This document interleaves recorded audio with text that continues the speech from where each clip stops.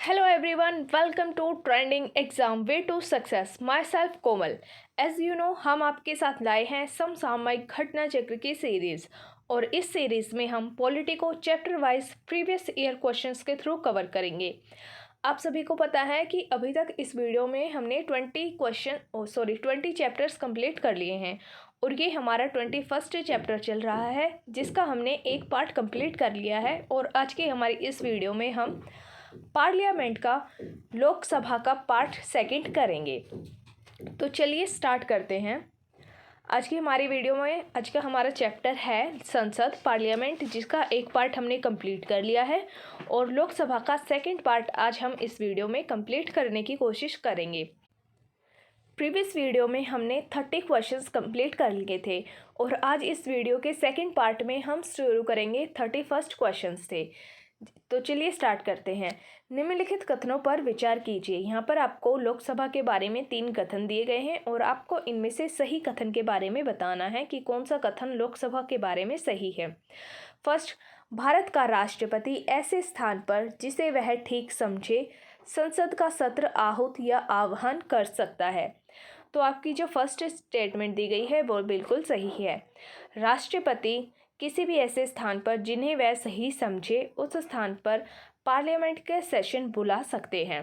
Second में बोला गया है कि भारत का संविधान एक वर्ष में संसद के 3 सत्रों का प्रावधान करता है, किंतु सभी तीनों सत्रों का चलाया जाना अनिवार्य नहीं है। तो यहाँ पर आपकी जो सेकंड स्टेटमेंट दी गई है वो इनकरेक्ट है। भारत का जो संविधान है वह एक वर्ष में संसद के 3 सत्रों का प्रावधान तो करता है, किंतु यहाँ पर क्या बोला गया है कि किंतु सभी 3 सत्रों का चलाया जाना अनिवार्य नहीं है। तो यहाँ पर ये पॉइंट गलत है क्योंकि अनिवार्य होता है।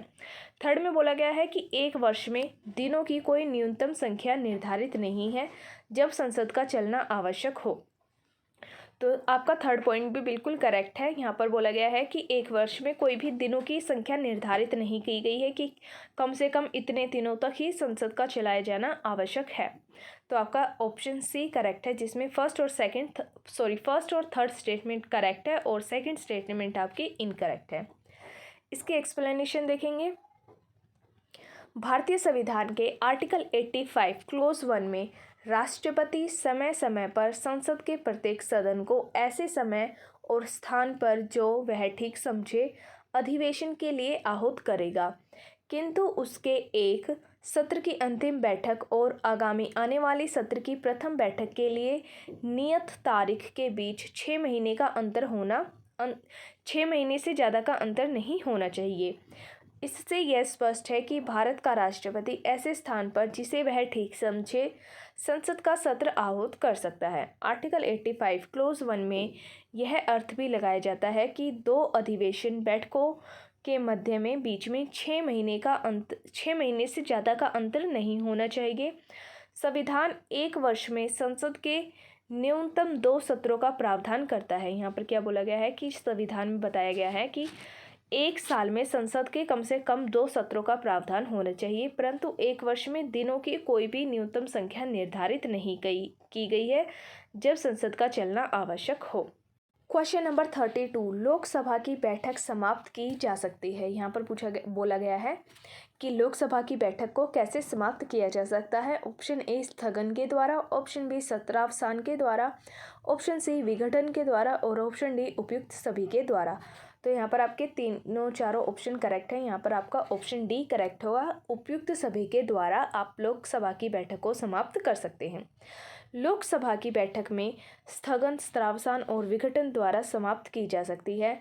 स्थगन लोकसभा के अध्यक्ष के द्वारा होता है और जबकि सत्रावसान और विघटन राष्ट्रपति के द्वारा होता है। सत्रावसान आर्टिकल 85 क्लोज 2 सब क्लोज ए के अंडर में होता है और विघटन आर्टिकल 85 क्लोज 2 सब क्लोज 2 के अंडर में होता है। आगे देखेंगे क्वेश्चन नंबर 33, निम्नलिखित में से कौन लोकसभा के सत्र का अवसान करने के लिए प्राधिकृत है। यहाँ पर यह बोला गया है कि किसे ये अधिकार है कि वह लोकसभा के सत्र का अवसान कर सकता है। ऑप्शन ए लोकसभा का अध्यक्ष, ऑप्शन बी महान्यायवादी, ऑप्शन सी संसदीय कार्य मंत्री और ऑप्शन डी राष्ट्रपति। तो यहाँ पर आपका ऑप्शन डी करेक्ट है। राष्ट्रपति को यह अधिकार है कि वह लोकसभा के सत्र का अवसान कर सकते हैं। आगे बढ़ेंगे क्वेश्चन नंबर 34 की तरफ। लोकसभा का कार्यकाल, यहाँ पर आपसे लोकसभा के कार्यकाल के बारे में 4 ऑप्शन दिए गए हैं और आपको बताना है कि इनमें से कौन सा ऑप्शन सही है लोकसभा के टेन्योर के बारे में। ऑप्शन ए किसी भी परिस्थिति में नहीं बढ़ाया जा सकता। ऑप्शन बी एक बार में 6 महीने तक के लिए बढ़ाया जा सकता है। ऑप्शन सी आपातकाल की घोषणा के दौरान एक बार में 1 वर्ष तक के लिए बढ़ाया जा सकता है। और ऑप्शन डी आपातकाल की घोषणा के दौरान एक बार वर्ष में 2 वर्ष तक के लिए बढ़ाया जा सकता है। तो यहाँ पर आपका ऑप्शन सी करेक्ट है। अगर राष्ट्रपति किसी भी आपातकाल की घोषणा करते हैं तो आपातकाल की घोषणा के दौरान में लोकसभा के कार्यकाल को एक बार में 1 वर्ष के लिए बढ़ाया जा सकता है। एक बार में 1 वर्ष तक के लिए ही बढ़ाया जा सकता है, इसलिए आपका ऑप्शन सी करेक्ट है। इसकी एक्सप्लेनेशन देखेंगे। आर्टिकल 83 क्लोज 2 में लोकसभा का कार्यकाल आपातकाल की उद्घोषणा के प्रवर्तन में रहने के दौरान संसदीय विधि के द्वारा एक बार में 1 वर्ष तक के लिए बढ़ाया जा सकता है। आपात उद्घोषणा के प्रवर्तन में न रह जाने की स्थिति में उसका विस्तार किसी भी दिशा में 6 महीने की अवधि से अधिक नहीं होना चाहिए। यहाँ पर क्या बोला गया है कि जब आपातकाल की घोषणा कर दी गई है उस समय लोकसभा के कार्यकाल को एक बार में 1 वर्ष के लिए बढ़ाया जा सकता है, लेकिन जब आपातकाल की घोषणा बंद कर दी जाती है उसके बाद उसके 6 महीने से ज़्यादा के लिए नहीं बढ़ाया जा सकता। क्वेश्चन नंबर 35, लोकसभा में कम से कम कितने सत्र बुलाए जाते हैं। आपको बताना है कि लोकसभा के जो सत्र बुलाए जाते हैं वह कम से कम कितने सत्र बुलाए जाते हैं। ऑप्शन ए वर्ष में 1 बार, ऑप्शन बी वर्ष में 2 बार, ऑप्शन सी वर्ष में 3 बार और ऑप्शन डी वर्ष में 4 बार। तो यहाँ पर आपका ऑप्शन बी करेक्ट है। 1 साल में 2 बार लोकसभा के कम से कम 2 सत्र बुलाए जाने चाहिए। इसकी एक्सप्लेनेशन देखेंगे। आर्टिकल 85 क्लोज 1 में लोकसभा के एक सत्र की अंतिम बैठक और आने वाले दूसरे सत्र की प्रथम बैठक के बीच में 6 महीने से अधिक का अंतर नहीं होना चाहिए। इस प्रकार लोकसभा के कम से कम वर्ष में 2 बार सत्र बुलाए जाते हैं। यहाँ पर क्या बोला गया है कि लोकसभा के 1 साल के अंदर कम से कम 2 सत्र बुलाए जाते हैं। आगे बढ़ेंगे क्वेश्चन नंबर 36 की तरफ। लोकसभा का कोरम कुल सदस्य संख्या कितना होता है। यहाँ पे आपसे लोकसभा के कोरम की कुल संख्या पूछी गई है। लोकसभा के जो कोरम होता है उसकी कुल सदस्य संख्या कितनी होती है। Option A 1/3, option B 1/5, option C 1/11 और ऑप्शन डी 1/10। तो यहाँ पर आपका ऑप्शन डी करेक्ट है, 1/10। लोकसभा के कोरम की कुल संख्या 1/10 होती है। आर्टिकल 100 क्लोज 3 में लोकसभा या राज्यसभा का कोरम, जिसे आप गणपूर्ति कहते हैं, कि कुल सदस्य संख्या 1/10 भाग होता है। मुख्य विपक्षी दल की मान्यता हेतु भी यही सदस्य संख्या आवश्यक होती है। तो चाहे राज्यसभा का कोरम हो या लोकसभा का, इनकी सदस्य संख्या 1/10 होती है। क्वेश्चन नंबर 37, लोकसभा का अधिवेशन गठित करने के लिए गणपूर्ति कोरम कितनी होती है। यहाँ पर आपसे लोकसभा के कोरम की संख्या पूछी गई है कि कितनी होती है। ऑप्शन ए सदन के सदस्यों की कुल संख्या का 6वां भाग, ऑप्शन बी सदन के सदस्यों की कुल संख्या का 10वां भाग। तो आपका यहाँ पर ऑप्शन बी करेक्ट है। लोकसभा के अधिवेशन के गठित करने के लिए कोरम की जो संख्या होती है वह सदन के सदस्यों की कुल संख्या का 10वां भाग होती है, 1/10 होती है। तो यहाँ पर आपका ऑप्शन बी करेक्ट है। आगे बढ़ेंगे क्वेश्चन नंबर 38 की तरफ। लोकसभा और राज्यसभा में गणपूर्ति संख्या है। यहाँ पर आपसे फिर से पूछा गया है कि लोकसभा और राज्यसभा की जो कोरम की संख्या होती है वह कितनी होती है। ऑप्शन ए कुल सदस्य संख्या का 1/5, ऑप्शन बी कुल सदस्य संख्या का 1/6, ऑप्शन सी कुल सदस्य संख्या का 1/10 और ऑप्शन डी कुल सदस्य संख्या का 1/8 भाग। तो यहाँ पर आपका ऑप्शन सी करेक्ट है। कुल सदस्य संख्या का 1/10 भाग कोरम की संख्या होती है, चाहे वह लोकसभा में हो चाहे राज्यसभा में। आगे बढ़ेंगे क्वेश्चन नंबर 39 की तरफ। कौन सा राज्य सबसे अधिक प्रतिनिधित्व लोकसभा में भेजता है? कौन सा ऐसा राज्य है जो सबसे ज़्यादा प्रतिनिधित्व लोकसभा में भेजता है, यानी कि लोकसभा में किस राज्य की सबसे ज़्यादा सीटें होती हैं? Option A Bihar, option B Madhya Pradesh, option C Paschim Bengal, option D Uttar Pradesh. तो यहाँ पर आपका ऑप्शन डी करेक्ट है, उत्तर प्रदेश, क्योंकि उत्तर प्रदेश की जनसंख्या ज़्यादा है इसलिए उसे लोकसभा में ज़्यादा प्रतिनिधित्व मिलते हैं, सीटें मिलती हैं। उत्तर प्रदेश लोकसभा और राज्यसभा में सर्वाधिक प्रतिनिधित्व क्रमशः 80 और 31 भेजता है, यानी कि लोकसभा में 80 प्रतिनिधित्व और राज्यसभा में 31 प्रतिनिधित्व भेजता है। अन्य राज्यों की लोकसभा सदस्य संख्या इस प्रकार है: बिहार की 40, मध्य प्रदेश की 29 और पश्चिम बंगाल की 42। इसलिए सबसे ज़्यादा इसमें कौन है? 80 प्रतिनिधित्व, जो कि उत्तर प्रदेश के लिए बताया गया है। आगे देखेंगे क्वेश्चन नंबर 40। भारत में किस राज्य का लोकसभा व राज्यसभा में प्रतिनिधित्व सर्वाधिक है? सेम क्वेश्चन है जैसा भी आपने लास्ट में देखा था। यहाँ पर भी आपको यही बताना है कि कौन सा ऐसा राज्य है जिसे लोकसभा और राज्यसभा दोनों में सबसे अधिक प्रतिनिधित्व होता है। Option A Uttar Pradesh, option B Madhya Pradesh, option C Maharashtra और ऑप्शन डी आंध्र प्रदेश। तो यहाँ पर आपका ऑप्शन ए करेक्ट है, उत्तर प्रदेश। उत्तर प्रदेश राज्य लोकसभा में 80 प्रतिनिधित्व भेजता है और राज्यसभा में 31 प्रतिनिधित्व भेजता है, क्योंकि वहाँ की जनसंख्या बहुत ही ज़्यादा है अदर राज्यों के कंपैरिजन में। क्वेश्चन नंबर 41, यहाँ पर आपको बताना है कि जहाँ तक लोकसभा में प्रतिनिधित्व का प्रश्न है, कौन से राज्य दूसरे और तीसरे दर्जे पर आते हैं? यहाँ पर आपको कुछ स्टेट्स के नाम दिए गए हैं और आपको इनमें बताना है कि लोकसभा में जो प्रतिनिधित्व होता है तो सेकंड और थर्ड नंबर पर कौन से राज्य आते हैं। फर्स्ट पर आप सभी को पता है कि उत्तर प्रदेश आता है। लोकसभा में सबसे ज़्यादा जो सीटें होती हैं वह उत्तर प्रदेश की होती हैं। तो यहाँ पर आपको सेकंड और थर्ड के बारे में बताना है कि कौन से राज्य सेकंड नंबर पर और कौन सा राज्य थर्ड नंबर पर आता है। ऑप्शन ए बिहार तथा महाराष्ट्र, ऑप्शन बी मध्य प्रदेश और तमिलनाडु, ऑप्शन सी मध्य प्रदेश और महाराष्ट्र, ऑप्शन डी बिहार तथा मध्य प्रदेश। तो यहाँ पर आपको जो चार ऑप्शन दिए गए हैं उनमें कोई भी करेक्ट नाम नहीं है, चारों के चारों ऑप्शन आपके इनकरेक्ट है। जो आपका सही ऑप्शन है वो आपको एक्सप्लेनेशन में दिया गया है। तो चलिए एक्सप्लेनेशन देखते हैं। बिहार और मध्य प्रदेश का जब तक विभाजन नहीं हुआ था तब तक बिहार में लोकसभा सीटों की संख्या 54 थी और महाराष्ट्र में 48 थी।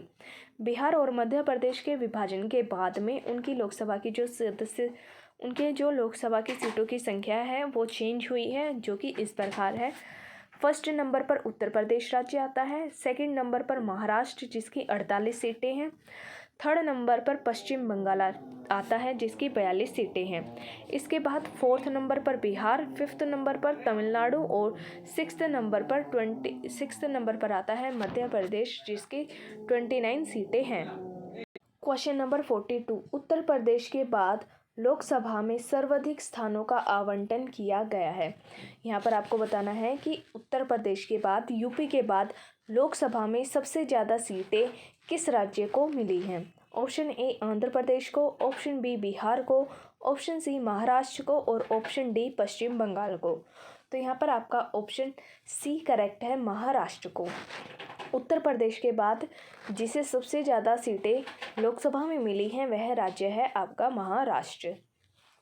आगे बढ़ेंगे क्वेश्चन नंबर 43 की तरफ। लोकसभा में कितने स्थान राजस्थान के लिए निर्धारित किए गए हैं? राजस्थान को आपको बताना है कि लोकसभा में राजस्थान के लिए कितने स्थान निर्धारित किए गए हैं। Option A 27, option B 26, option C 25 और ऑप्शन डी 24। तो यहाँ पर आपका ऑप्शन सी करेक्ट है, 25 सीटें राजस्थान के लिए निर्धारित की गई हैं लोकसभा में।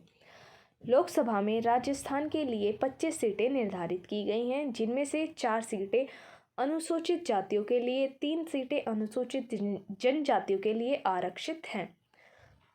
यहाँ पर आपका क्वेश्चन ऑप्शन सी करेक्ट है।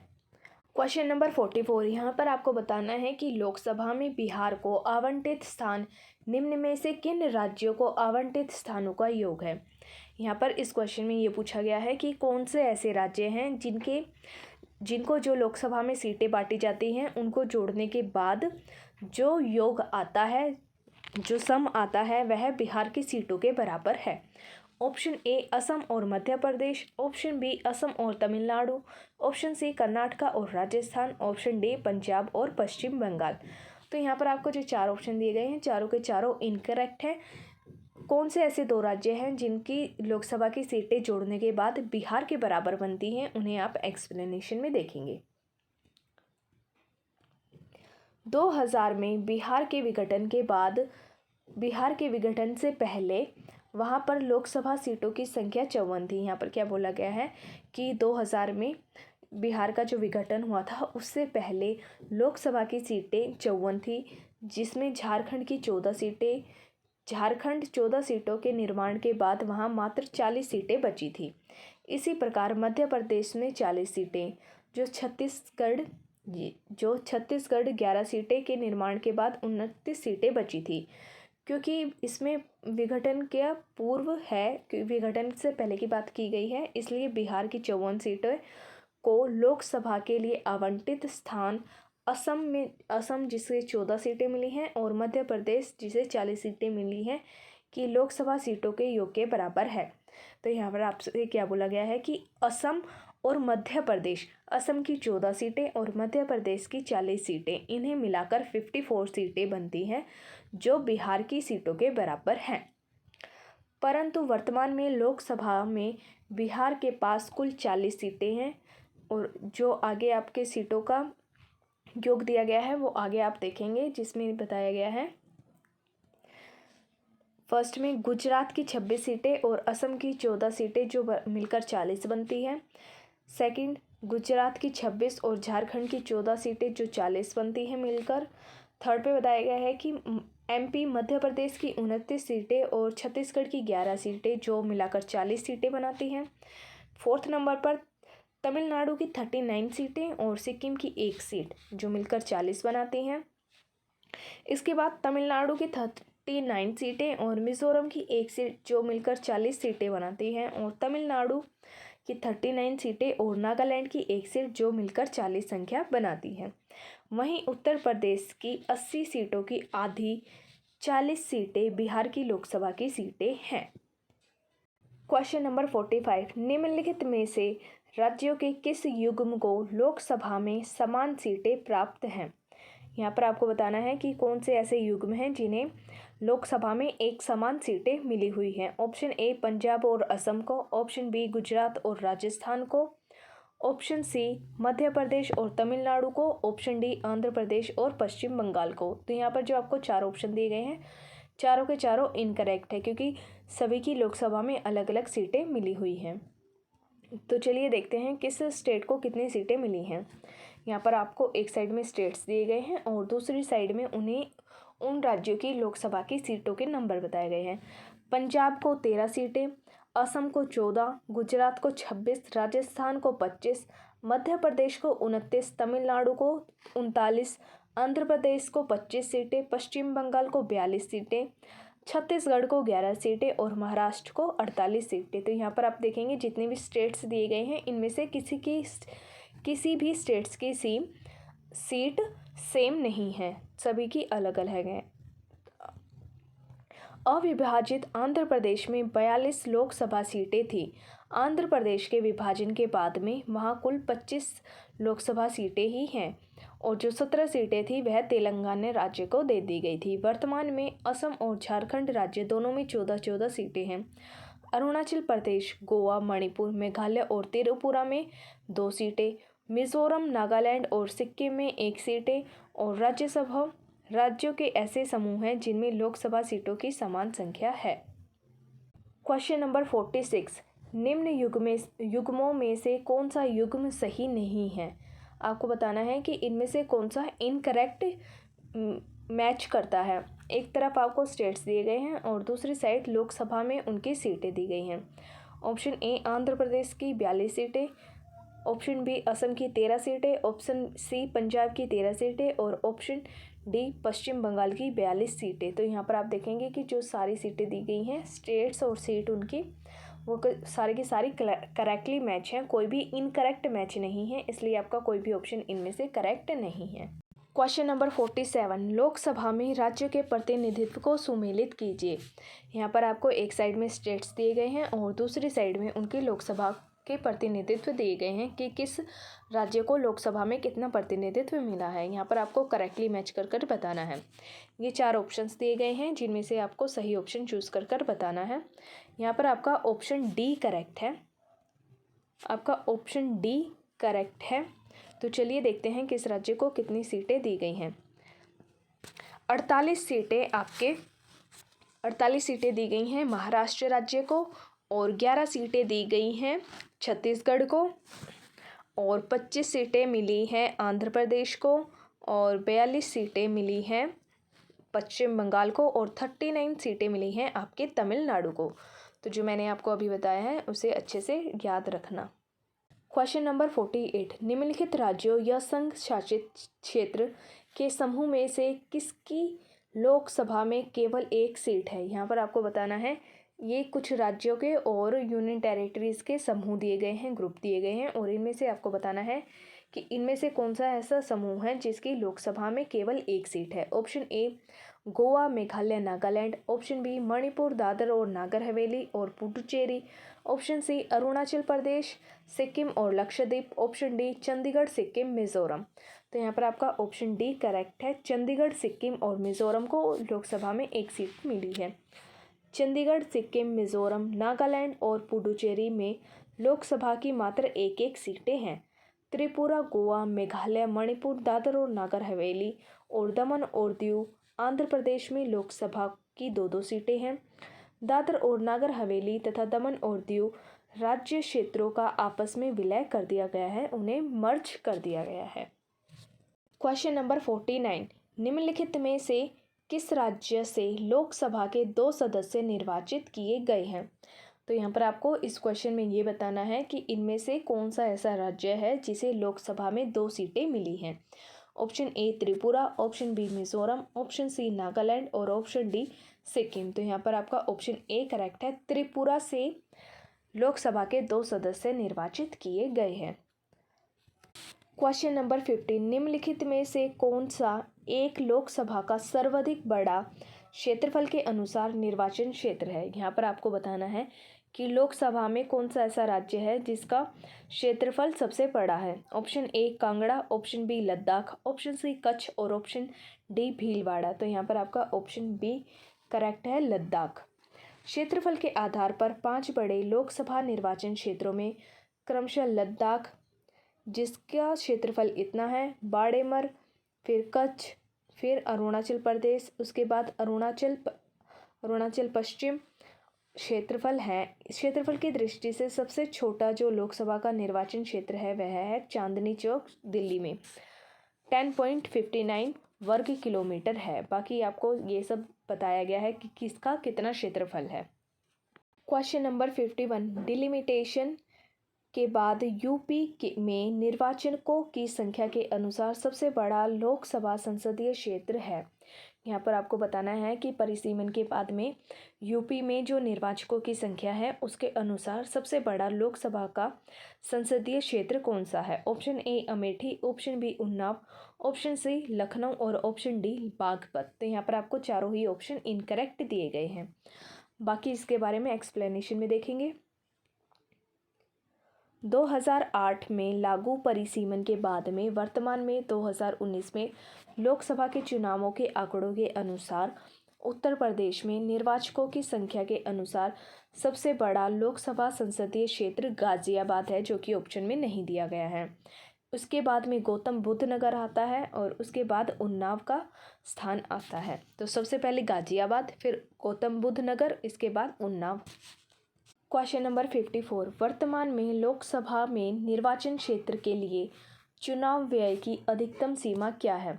यहाँ पर पूछा गया है कि एट प्रेजेंट में जो लोकसभा में निर्वाचन क्षेत्र होते हैं उनके इलेक्शन के लिए जो एक्सपेंडिचर होता है उसकी अधिकतम लिमिटेशन कितनी है, मैक्सिमम लिमिटेशन कितनी है।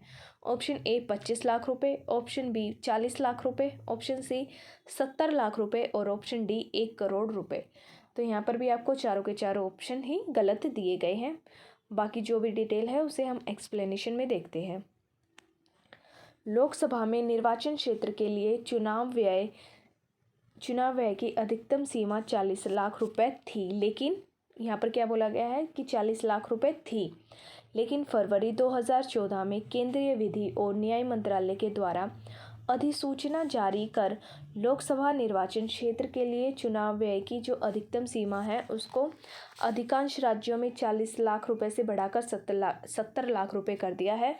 और जो कुछ छोटे राज्य हैं जैसे कि अरुणाचल प्रदेश, गोवा, सिक्किम, इनके लिए 22 लाख रुपए से बढ़ाकर 54 लाख रुपए कर दिया गया है। यानी कि हर एक स्टेट की चुनाव व्यय अलग अलग है। कोविड-19 महामारी को देखते हुए अक्टूबर 2020 में इस सीमा को 10% बढ़ाकर 77 लाख और 59.4 लाख रुपए कर दिया गया है। बड़े राज्यों में विधानसभा निर्वाचन क्षेत्रों के लिए चुनाव व्यय की अधिकतम सीमा जो है वह 30.8 लाख रुपीज़ है और छोटे राज्यों के लिए ये 22 लाख रुपए निर्धारित की गई है। तो यानी कि हर एक स्टेट्स में अलग है उनकी जनसंख्या के अनुसार। क्वेश्चन नंबर 53, लोकसभा चुनाव के मामले में सामान्य वर्ग के उम्मीदवारों और अनुसूचित जाति और अनुसूचित जनजाति के उम्मीदवारों के द्वारा जमा की जाने वाली जमानत राशि क्रमशः है। यहाँ पर आपको बताना है कि लोकसभा के चुनाव में जो सामान्य वर्ग के उम्मीदवार होते हैं और जो रिजर्व कैटेगरी यानी कि अनुसूचित जाति और अनुसूचित जनजाति के उम्मीदवार होते हैं उनके द्वारा कितनी कितनी जमा राशि जमानत के तौर पर जमा की जाती है। ऑप्शन ए 5,000 रुपये और 25,000 रुपये, ऑप्शन बी 10,000 रुपये और 25,000 रुपये, ऑप्शन सी 10,000 रुपये और 5,000 रुपये, ऑप्शन डी 15,000 रुपये और 75,000 रुपये, 7,500 रुपये। तो यहाँ पर आपके जो चार ऑप्शन दिए गए हैं चारों के चारों इनकरेक्ट हैं। आगे इसकी एक्सप्लेनेशन देखते हैं। यह राशि सामान्य वर्ग और अनुसूचित जाति और अनुसूचित जनजाति वर्ग के उम्मीदवारों के लिए 10,000 और 5,000 रुपये थी। यानी कि सामान्य वर्ग 10,000 रुपये जमा करेंगे और जो रिजर्व कैटेगरी से हैं वह 5,000 रुपये करेंगे, ऐसा था। लेकिन वर्ष 2010 में अंगभीर प्रत्याशितों की संख्या कम करने के लिए जमानत राशियाँ बढ़ा दी गई थी, जो कि इस प्रकार है। लोकसभा चुनाव में जो सामान्य वर्ग के होते हैं उनके 25,000 रुपये की गई और जो रिजर्व कैटेगरी से हैं उनकी 12,500। राज्य विधानसभा में सामान्य वर्ग के लिए जनरल कैटेगरी के लिए 10,000 रुपये और जो रिजर्व कैटेगरी से हैं उनके लिए 5,000 रुपये राशि निर्धारित की गई थी। क्वेश्चन नंबर 54, लोकसभा चुनाव का कोई प्रत्याशी अपनी जमानत खो देता है यदि उसे प्राप्त ना हो सके। यहाँ पर आपसे पूछा गया है कि लोकसभा का कोई चुनाव है और उसमें कोई प्रत्याशी अपनी जमानत खो देगा अगर उसे कितने वोट ना मिले हों। ऑप्शन ए वैध मतों का 1/3, ऑप्शन बी वैध मतों का 1/4, ऑप्शन सी वैध मतों का 1/5 पार्ट और ऑप्शन डी उपयुक्त में से कोई भी नहीं। तो यहाँ पर आपका ऑप्शन डी करेक्ट है, इनमें से कोई भी नहीं। लोकसभा चुनाव में अगर कोई प्रत्याशी वैध मतों का 1/6 पार्ट प्राप्त नहीं कर पाता है तब उस उम्मीदवार की जमानत राशि जब्त हो जाती है, अर्थात वह अपनी जमानत खो देता है। यहाँ पर क्या बोला गया है कि अगर कोई प्रत्याशी लोकसभा के चुनाव के लिए लड़ता है तो उसे जो कुल वैध मतों की जो संख्या होती है उसका 1/6 पार्ट प्राप्त करना होता है। अगर वह इतना भाग प्राप्त नहीं कर पाता है तो उसकी जमानत खो जाती है। आगे बढ़ेंगे क्वेश्चन नंबर 55 की तरफ। लोकसभा का पहला आम चुनाव कब हुआ था? यहाँ पर आपसे पूछा गया है कि जो लोकसभा का पहला आम चुनाव हुआ था वह किस ईयर में हुआ था। ऑप्शन ए 1949 में, ऑप्शन बी 1952 में, ऑप्शन सी 1950 में और ऑप्शन डी 1954 में। तो यहाँ पर आपका ऑप्शन बी करेक्ट है, 1952 में लोकसभा का पहला आम चुनाव हुआ था। लोकसभा का पहला आम चुनाव 25 अक्टूबर 1951 से 21 फरवरी 1952 तक चला था। यह चुनाव कुल 489 सीटों के लिए हुआ था। प्रथम लोकसभा का पहला अधिवेशन 13 मई 1952 को हुआ था। आगे बढ़ते हैं क्वेश्चन नंबर 56 की तरफ। किस लोकसभा का कार्यकाल लगभग 6 वर्ष का था? आप सभी को पता है कि नॉर्मली लोकसभा का जो कार्यकाल होता है वह 5 वर्ष का होता है, लेकिन यहाँ पर आपसे पूछा गया है कि कौन सा लोकसभा का ऐसा कार्यकाल था जो 6 वर्ष तक था। ऑप्शन ए 5वीं लोकसभा, ऑप्शन बी 7वीं लोकसभा, ऑप्शन सी 9वीं लोकसभा, ऑप्शन डी 11वीं लोकसभा और ऑप्शन ई 13वीं लोकसभा। तो यहाँ पर आपका ऑप्शन ए करेक्ट है। 5वीं लोकसभा का कार्यकाल 6 वर्ष का था। 5वीं लोकसभा का कार्यकाल लगभग 6 वर्ष का था, जिसने 15 मार्च 1971 से 18 जनवरी 1977 तक अपना कार्य किया था। क्वेश्चन नंबर 57, 9वीं लोकसभा कब भंग की गई थी? जो 9वें नंबर पर लोकसभा बनी थी वह कब भंग की गई थी? मार्च 1991 में, ऑप्शन ए मार्च 1991 में, ऑप्शन बी जून 96 में, ऑप्शन सी अप्रैल 1997 में और ऑप्शन डी फरवरी 1998 में। तो यहाँ पर आपका ऑप्शन ए करेक्ट है। मार्च 1991 में 9वीं लोकसभा को भंग किया गया था। 9वीं लोकसभा का गठन 2 दिसंबर 1989 को हुआ था और यह 13 मार्च 1991 को भंग कर दी गई थी। आगे क्वेश्चन नंबर 58, भारत में 12वीं लोकसभा के लिए निर्वाचन कब हुए थे? जो 12वीं लोकसभा थी उसके लिए इलेक्शन किस ईयर में हुए थे? ऑप्शन ए अप्रैल 1996 में, ऑप्शन बी जून 1996 में, ऑप्शन सी अप्रैल 1997 में और ऑप्शन डी फरवरी 1998 में। तो यहाँ पर आपका ऑप्शन डी करेक्ट है। फेब 1998 में 12वीं लोकसभा के लिए निर्वाचन हुए थे।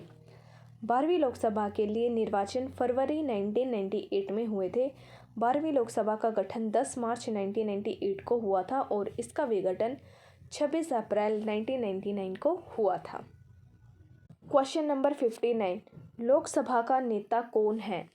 यहाँ पर आपसे पूछा गया है कि संसद का निचला सदन लोकसभा जो होती है उसका नेता कौन होता है? ऑप्शन ए राष्ट्रपति, ऑप्शन बी प्रधानमंत्री, ऑप्शन सी अध्यक्ष और ऑप्शन डी उपरोक्त में से कोई भी